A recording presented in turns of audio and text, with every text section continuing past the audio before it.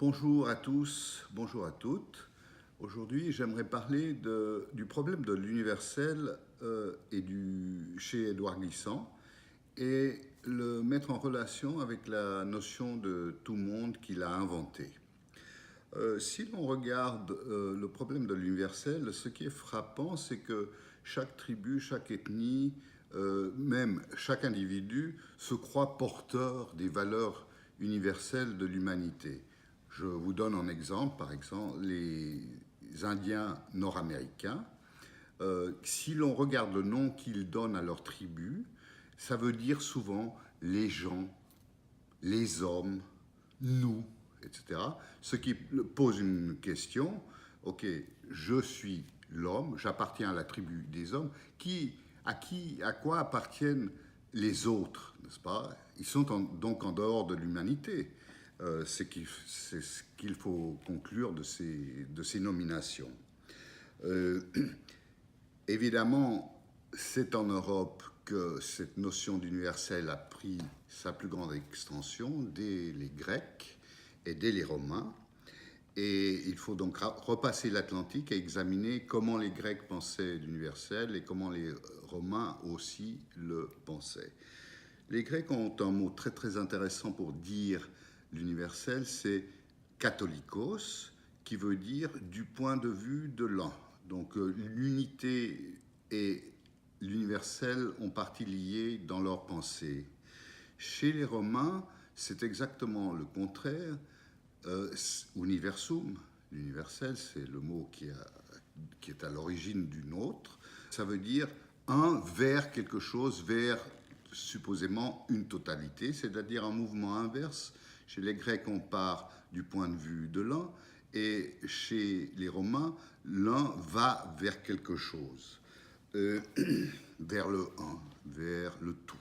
Faisons maintenant un saut chronologique dans l'espace de l'Occident européen et arrivons à l'époque de la Révolution en France, où l'Assemblée nationale rédige et signe la Déclaration universelle des droits de l'homme, ce qui fait d'ailleurs penser aux Français qu'ils sont, eux, porteurs des valeurs de l'universel. Le problème de cette universalité, comme le dit Glissant, c'est que la France, ou si vous voulez l'Europe, ne l'a pas exporté en dehors de son territoire. Et ça se peut vérifier extrêmement facilement, puisque vous avez une France colonialiste, et après la Révolution, une France encore esclavagiste jusqu'en 1848.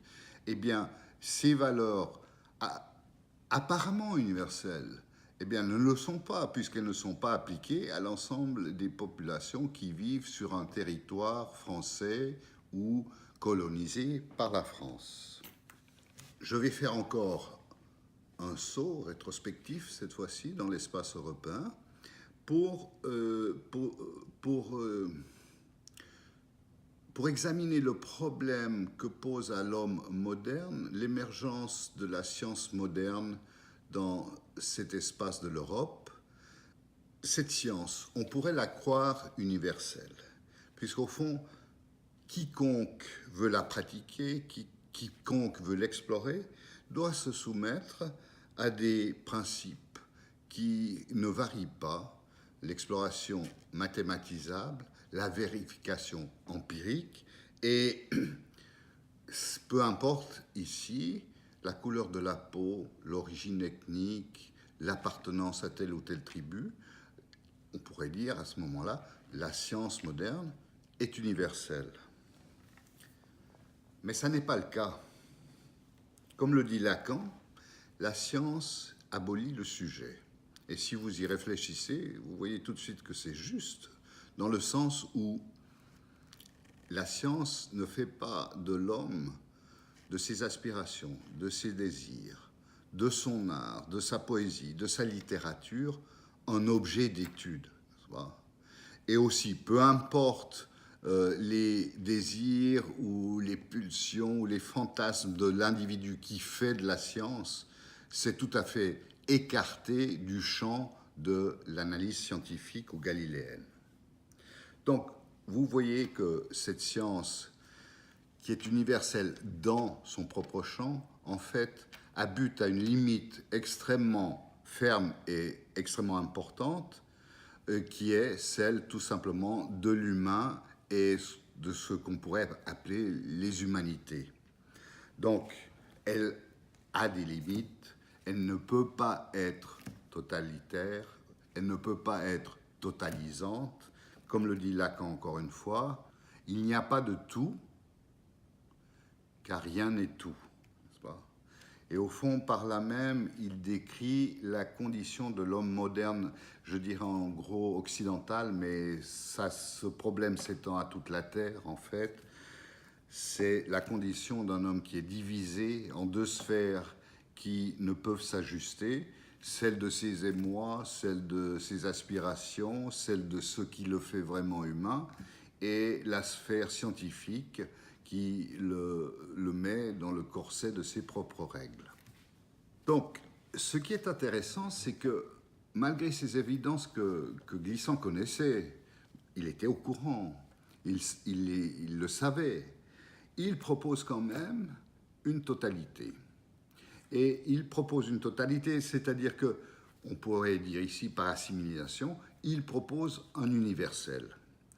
Quel est-il? Il lui donne le nom de tout monde.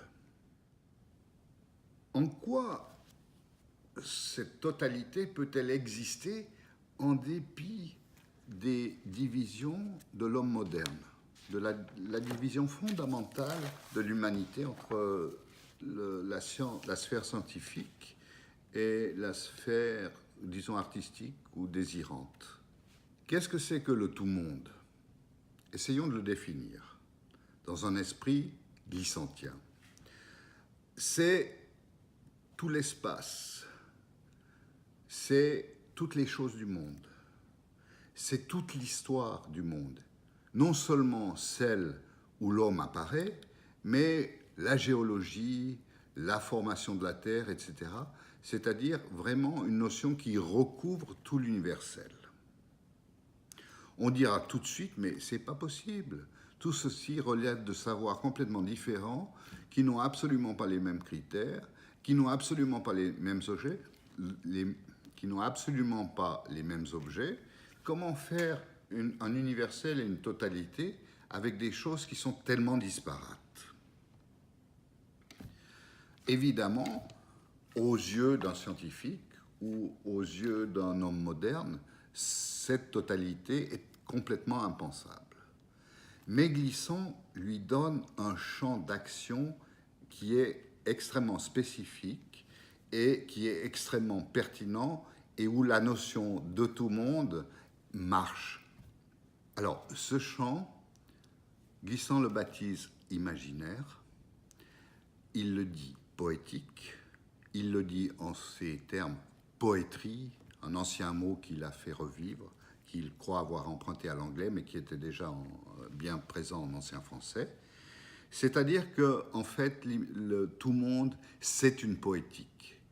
Et à ce moment-là, quand vous avez compris que ça s'applique dans le champ de l'art, si vous voulez, de l'art humain, la notion commence à faire sens, elle commence à être possible, à être pensable et à travailler d'une façon absolument révélatrice.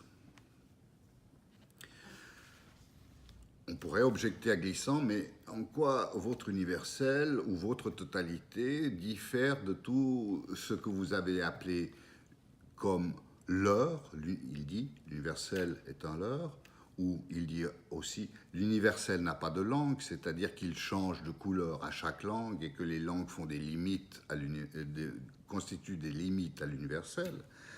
Eh bien, la réponse est la suivante.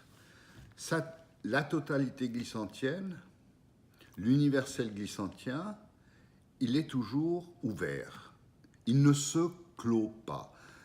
Remarquez bien que quand on fait une discussion générale et puis qu'on dit « oui, ceci est universel », ça ferme la bouche à tout le monde. Il n'y a plus rien à dire. On peut faire sa valise et partir de la conférence, n'est-ce pas? On peut fermer sa mallette et partir de la conférence parce que la personne vous a dit c'est universel.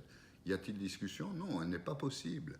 Donc, la totalité glissantienne, par contre, c'est une totalité qui ouvre à la palabre, à la discussion, parce qu'elle est toujours en devenir.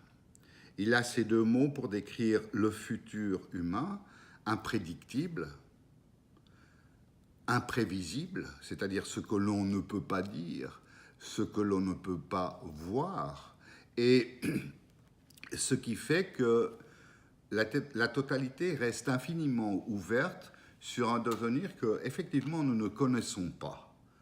Donc, au lieu de la clôture que chaque universel tentait d'imposer, pensez par exemple à l'Église catholique. Il est vrai qu'à un moment donné, elle a été vraiment universelle, elle s'étendait sur le monde connu. Mais il y avait, en dehors de ce monde connu, d'autres mondes qu'elle ne connaissait pas. De même l'Empire romain, de même la pensée grecque, il y avait toujours des limites. De même, évidemment aussi, les droits de l'homme. Tandis que la pensée de Glissant reste ouverte, elle ne ferme pas la bouche à la contradiction.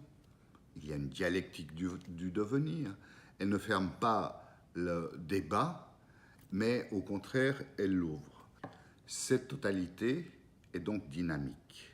Et c'est pour ça qu'il peut dire une totalité non totalitaire. C'est pour ça qu'il peut dire un système, car il y a un système chez lui, non systématique, parce qu'il est toujours en marche, parce qu'il est toujours à venir. Nous marchons toujours vers un futur qui nous est inconnaissable.